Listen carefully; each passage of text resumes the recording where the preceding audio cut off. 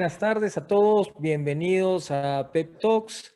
El día de hoy, 27 de abril, tenemos una gran conferencia. Miguel, si puedes compartir tu pantalla ya, a cargo del gran empresario chileno Miguel Pavés,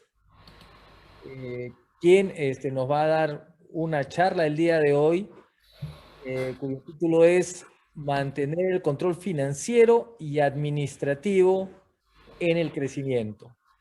Nuevamente, muy bienvenidos a todos los empresarios de Latinoamérica y bienvenido, Miguel, te dejo con tu audiencia. Bueno, mi gran colega y amiga Andreita me invitó hace ya algún tiempo atrás a hacer una presentación a un grupo de empresarios y gracias por la presentación. No soy un gran empresario, soy un empresario igual que ustedes en un área que es la consultoría.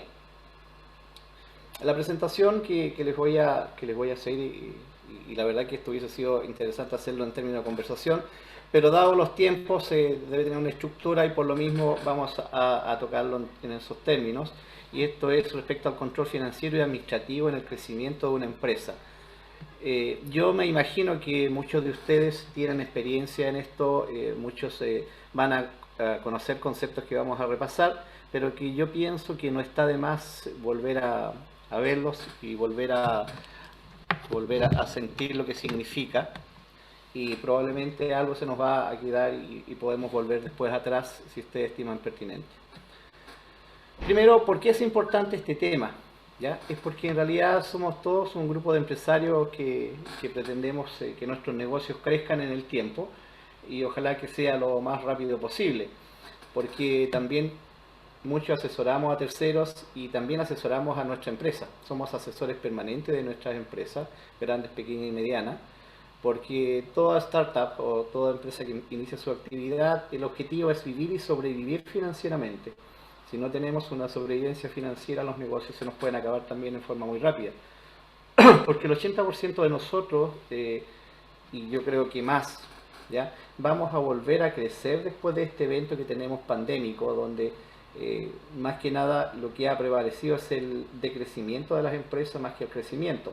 Pero tenemos confianza que en unos meses más, lo posible, todos podamos volver a la realidad y podamos volver a hacer nuevos negocios y podamos empezar a crecer.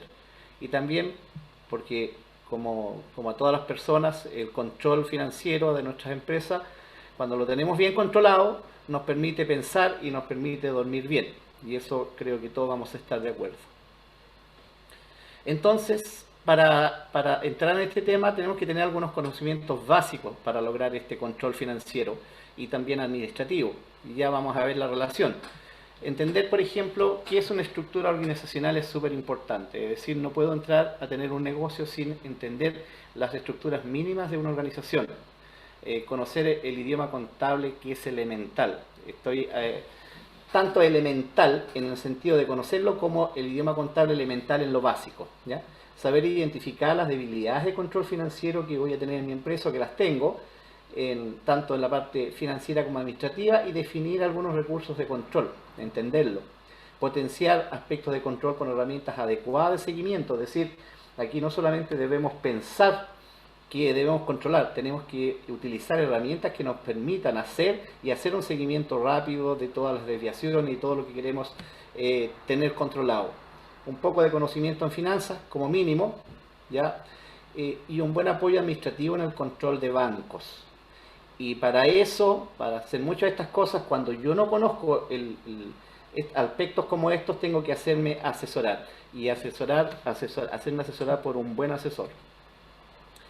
Para entender primero tenemos que definir la situación financiera de un negocio, y para definir la situación financiera en lo básico ya tenemos un balance, una estructura de un balance o un estado financiero que define los activos corrientes, los pasivos corrientes, los activos no corrientes, los pasivos no corrientes y el patrimonio. Esto es la forma más resumida posible.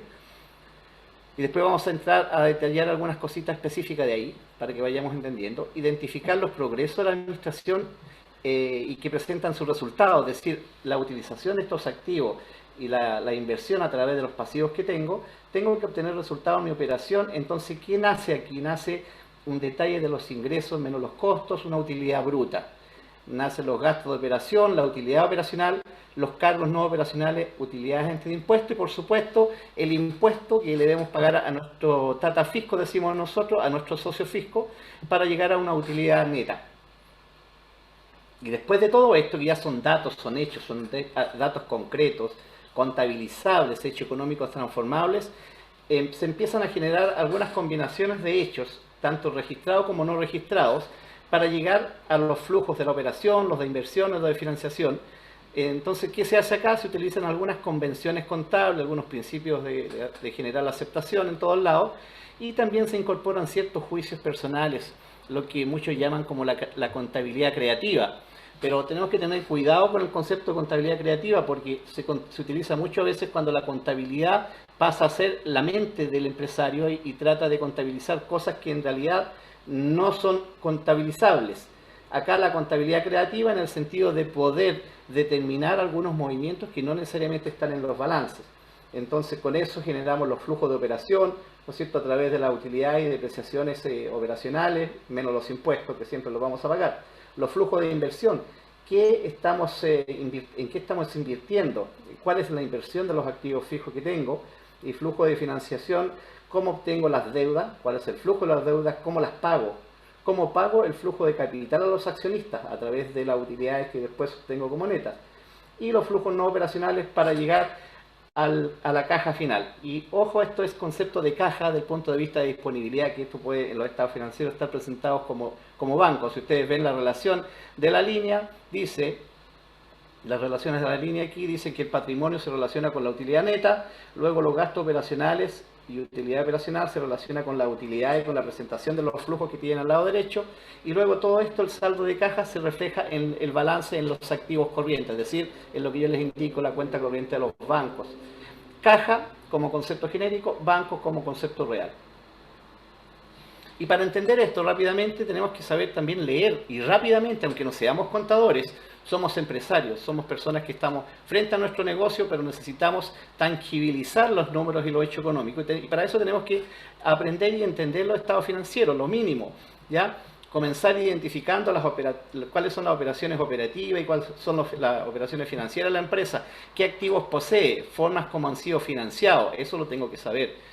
Mirar primero los grandes totales, cuando ustedes les pasen un balance, miren los grandes totales, eso es lo importante, observe cambios y tendencias que ustedes estimen pertinentes, si conocen un mercado parecido o el mismo mercado en el cual están operando, concentrarse en las cuentas grandes, las cuentas principales, cuáles son las principales inversiones que tiene el negocio, eso nos dice mucho. Estamos invirtiendo en qué, en stock, estamos invirtiendo en activos fijos, estamos haciendo algún tipo de inversiones financieras, etcétera. Se puede considerar o no la estructura operativa y financiera como algo normal de este negocio. Si estoy en el área y conozco el área, tengo que saber más o menos, sí, es relativo, perfecto. Son los pasos principales que debo hacer. Después de esto tengo que definir cómo está la estructura de las utilidades. ¿Por qué? Porque en definitiva las utilidades son las que me van dando el crecimiento de la empresa. Y la estructura de las utilidades es una presentación muy fácil de entender, con los ingresos operacionales menos los costos de venta.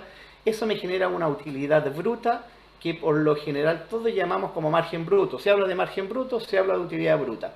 Los gastos de administración y gastos de venta me generan la utilidad operacional. Es decir, cuando tengo la utilidad bruta menos estos gastos de administración, menos estos gastos de venta, llego a un margen operativo que debiera ser lo que estoy esperando como resultado, como mínimo, para que el negocio funcione y funcione bien. Después de eso tengo que hacerme cargo también de otros gastos financieros y de otros ingresos financieros que se generan por algún concepto. Entonces llego a una utilidad antes de impuestos y viene de nuevo el tata fisco, viene mi socio fisco y me cobra los impuestos por esa utilidad y por haber funcionado bien. Si funciono mal, me perdona y me dice perfecto, no te voy a cobrar. Si funciono bien, me cobra un porcentaje. Aquí en Chile un monto, en otros países otro monto. Para llegar después a una utilidad neta que en definitiva es el negocio que le dice a ustedes como dueños, como inversionistas, señor, esto es lo suyo, este es el margen neto que usted tiene de su negocio, que de ahí se generan posteriormente muchos índices, muchas tendencias. Entonces el crecimiento se va midiendo a través de esta estructura de resultados. Por supuesto que estoy aquí mostrando las utilidades. Distinto es cuando tengo pérdida bruta, pérdida operacional, pérdida neta. Cambia completamente el concepto, por lo tanto tengo que hacer una serie de ajustes ahí. Pero aquí vamos a pensar que vamos a ir en crecimiento. Vamos a partir del crecimiento en los próximos meses, en los próximos años, o vamos a crear una sociedad donde tenemos que prepararnos para el crecimiento. Es lo que tenemos que empezar a estructurarnos con eso. Entonces, ¿cuál es el crecimiento? A través de estos estados de resultados permiten ver el comportamiento, ¿ya? Es decir, el crecimiento operacional de la compañía. Para esto hay herramientas cuantitativas para diagnosticar financieramente a la empresa. Vamos a nombrarla, vamos a pasar muy rápido por alguna de ellas porque ya la manejan, pero para seguir la estructura tenemos los análisis estructurales comparativos, indicadores financieros de gestión, el sistema DuPont, un punto de equilibrio que yo lo marqué ahí en forma muy específica y se los voy a explicar por qué. Cuáles son las principales inversiones del negocio y apalancamiento operativo. Estas son herramientas cuantitativas. La herramienta, en este caso de la estructura comparativa, por lo general eso a veces lo hacemos hasta en términos mentales. Debiéramos hacerlo en términos formales, es decir, aquí tengo solamente el total de activos y pasivos, solamente para el ejemplo. Comparativamente voy a hacer valga la redundancia, una comparación entre años. Por lo tanto, quiero saber cómo van creciendo, decreciendo los activos, cómo van creciendo, decreciendo los pasivos, pudiendo ser otros conceptos, otros ítems, las cuentas por cobrar, los resultados, etcétera. Efecto comparativo estructural. Y después viene una herramienta que es la definición de la estructura financiera de la compañía, definiciones del capital de trabajo. ¿Cómo defino el capital de trabajo? Lo que tengo para poder seguir operando. Activo corriente menos pasivos corrientes, es decir, los recursos, cómo se van moviendo continuamente, cómo rotan, anual, cada 2 años, cada 3 años, etcétera. Entonces, aquí también en esta estructura financiera tenemos que definir si la financiación o el financiamiento que tiene la empresa o nuestro negocio es de corto o largo plazo, que tiene bastante diferencia, bastante importancia entre que esté en el corto a menos de 1 año y en el largo plazo más de 1 año, incluyendo el patrimonio, que también es una forma de financiar a la empresa. Entonces, empezamos a utilizar algunos indicadores financieros, como por ejemplo indicadores históricos, las tendencias. Para que esto sea comparable tiene que existir información que me permita comparar, ¿ya? Por lo tanto, si tengo tendencias, tengo indicadores históricos, puedo hacer una comparación. Indicadores de presupuestados, indicadores de proforma, o sea, que los anticipo y puedo entrar a definir cómo se van a ir comportando en el tiempo, promedios de competencia, indicadores promedio de la industria, etcétera. Por lo tanto, con esto tengo un ciclo, tengo la actividad, que en lo posible debe ser eficiente, tengo la liquidez, que es la capacidad de pago que genero con esto, el endeudamiento. Si tengo un endeudamiento, ¿dónde voy? ¿A la financiación externa o tengo un endeudamiento que debo ir a financiarlo internamente a través de aumento de patrimonio, de capital? Y esto que me genere rentabilidad de nuevo para volver a la eficiencia de la actividad. Tenemos algunos indicadores de actividades que muchos los conocemos y que nos interesan: la rotación de las cuentas por cobrar, cuánto tiempo tengo las cuentas por cobrar en la empresa, cuánto me demoro en cobrar, la rotación de inventario, cuánto me estoqueo, cuánto tiempo lo saco, rotación de proveedores, cada cuánto tiempo pago, rotación de activos operacionales, activos fijos, etcétera, capital de trabajo y test ácido, que son indicadores de actividad. Tenemos también los indicadores de liquidez. ¿Qué son los indicadores de liquidez? Miden la capacidad de una empresa para cumplir las obligaciones que tengo dentro de 1 año, en el corto plazo definido así. El cumplimiento de una empresa, ustedes saben que si no se llega acá, no se cumple con las obligaciones que se tienen convenidas, esto puede llevar a la quiebra. La quiebra en Chile puede ser solicitada por un tercero o solicitada por el mismo empresario. Cuando hay demasiada inversión en activos corrientes, ¿puede ser un síntoma de ineficiencia? Por supuesto, claro que sí. Si yo compro mucho stock y lo tengo en los cierres de los balances, y más que en el cierre de los balances, lo mantengo en mi stock, es una ineficiencia del por qué estoy comprando tanto, lo estoy estoqueando, estoy perdiendo la posibilidad de tener ese dinero invertido en otras cosas, en una inversión financiera, etcétera. ¿Ya? Y para poder, en este caso, llegar a conclusiones fiables, es necesario conocer detalladamente las cuentas de activos y pasivos corrientes de la empresa. Entonces, estos indicadores, el corriente, probada y liquidez inmediata, son indicadores que son de mucha importancia. Después tenemos los indicadores de endeudamiento, ¿ya? Que miren los indicadores de endeudamiento, miren el grado y la forma que participan los acreedores dentro del conocimiento del financiamiento de la empresa. Tratan de establecer el riesgo que corren. ¿Quiénes? los acreedores, los que te financian y los dueños. Dependiendo de estos indicadores, el riesgo es del dueño de la empresa o el riesgo es de tercero. Muchas empresas deciden arriesgar al tercero con un costo, o otros dicen no, prefiero arriesgarme con mi propio capital y no tener a nadie involucrado. Ya tratan de establecer también las conveniencias a distintos niveles de endeudamiento. Ahora, ustedes dirán, ¿cuál es el nivel óptimo del endeudamiento? Y todos nos hemos hecho esa pregunta. Dependerá de la situación financiera de la empresa, que define principalmente dos puntos. Hay 4 o 5, pero los más importantes son los márgenes de la rentabilidad y la capacidad de generar flujo, la única forma de poder pagar los endeudamientos que yo tengo. Tenemos otros como endeudamiento total, a corto plazo, endeudamiento a largo plazo, endeudamiento financiero, índice de deuda de capital, impacto de carga financiera. Algunos índices básicos que nosotros debemos ocupar cuando lo ocupamos en nuestro negocio o cuando asesoramos a empresas que están en crecimiento y que necesitan tener KPI para medir su gestión. Tenemos los indicadores de la rentabilidad. ¿Qué miden los indicadores de la rentabilidad? Es como lo indican que son de alguna manera indicadores de productividad o rendimiento. ¿Cuánto rinde mi dinero en la gestión operacional que estoy llevando a cabo?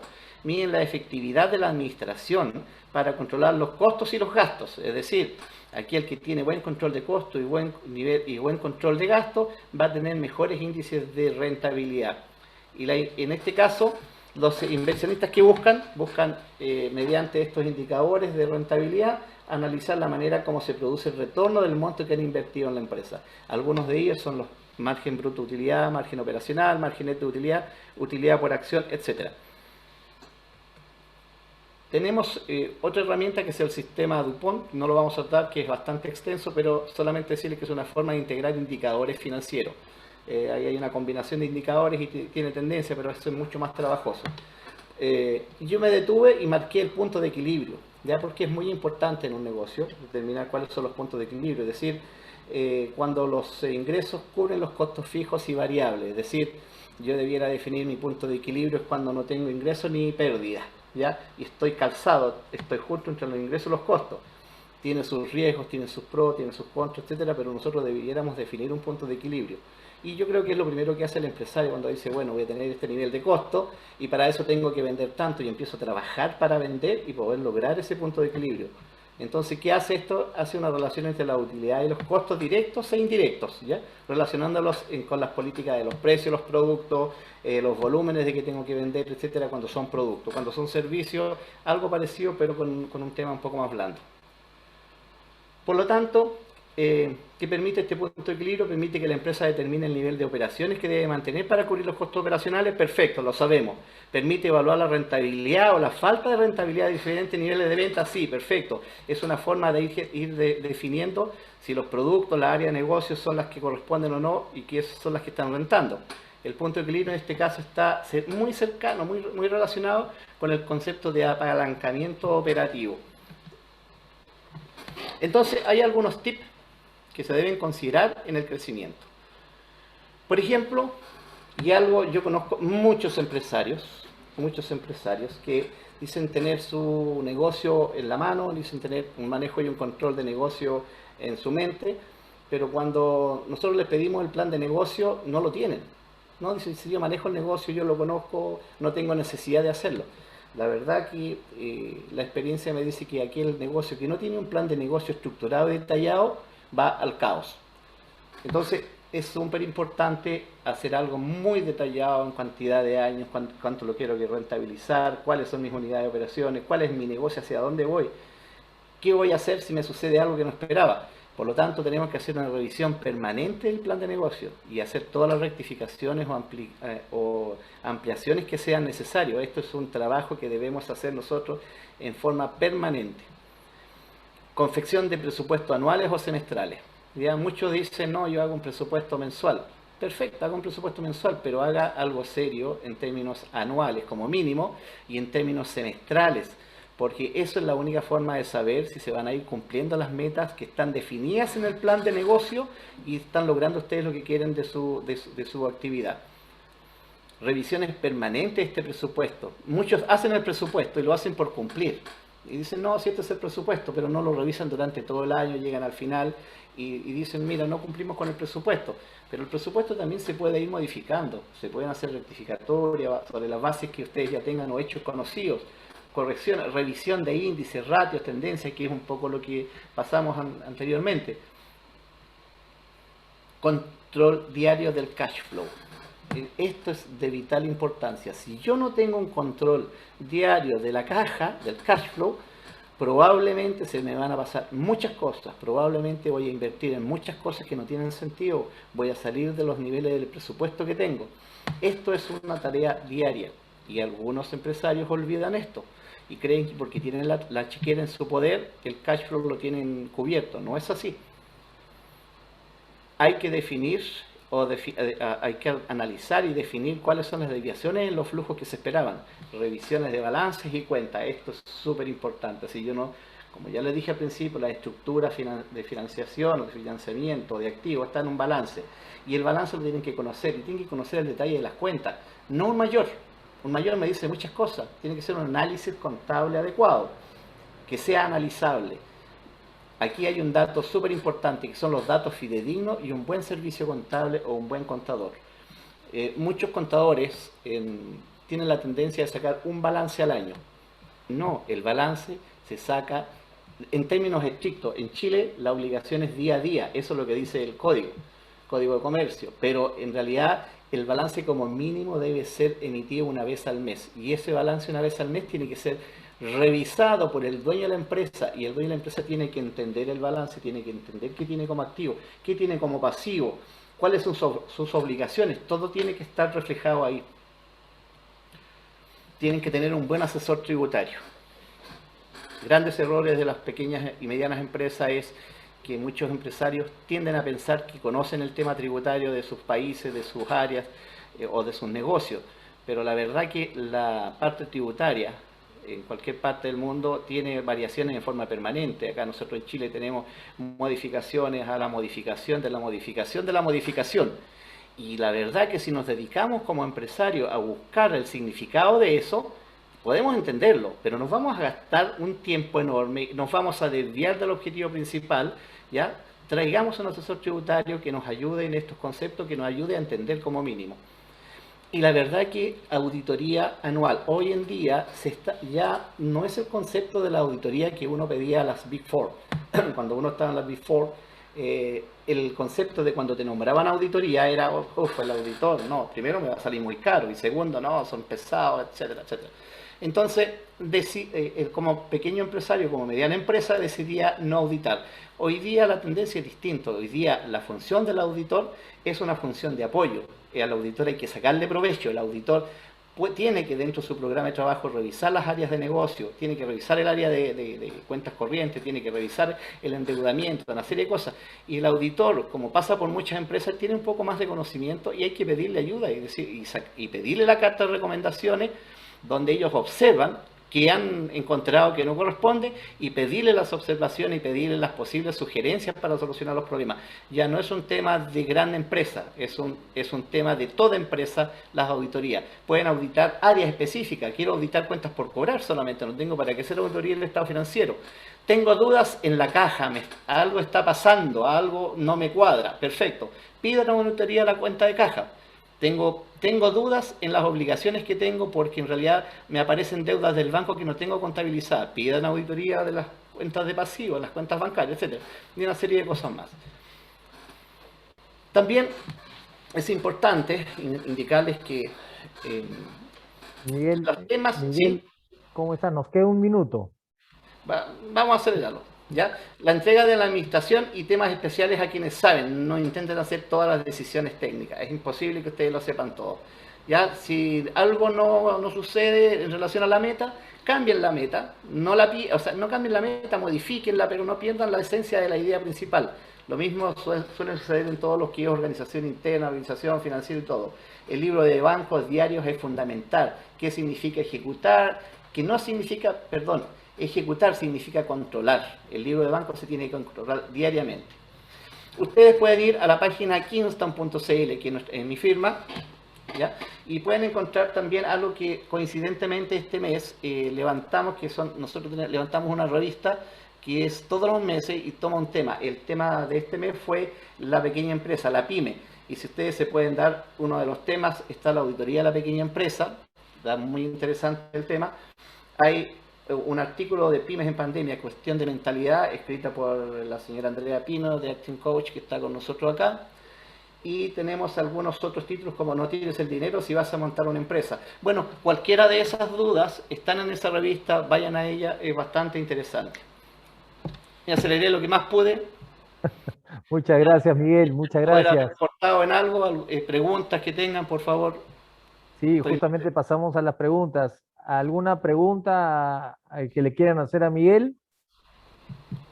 Abrimos el micro para una pregunta que puedan hacerle y aclarar alguna duda. Ya Miguel les ha dejado sus datos, así que pueden contactarlo también directamente.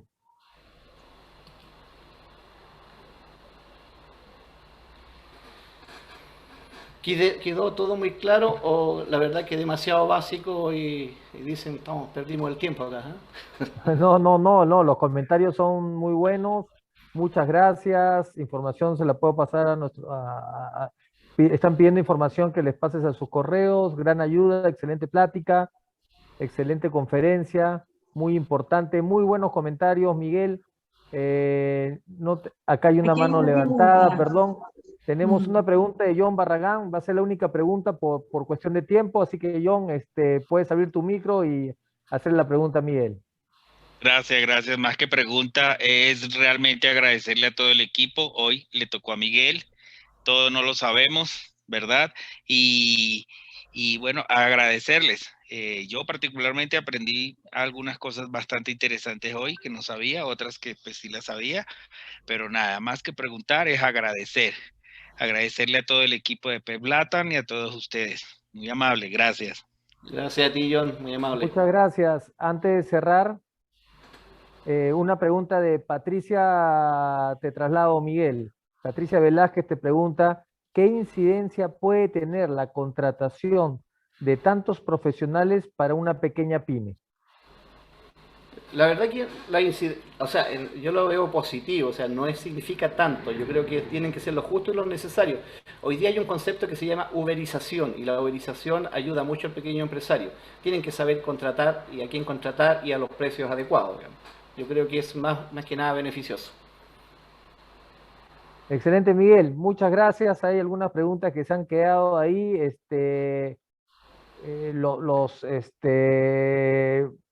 Miguel va a pasar todos sus datos para que puedan hacer las preguntas que quieran, las preguntas que quieran terminar de aclarar. Por cuestiones de tiempo tenemos que terminar. Les agradezco a todos su presencia. Cada vez somos más en esta gran comunidad de empresarios latinoamericanos. Cada vez estamos aportándonos entre todos más valor y vamos a superar estos momentos complejos que nos está tocando vivir y sacar adelante nuestras empresas, nuestras economías y nuestros países. Muchas gracias, Miguel.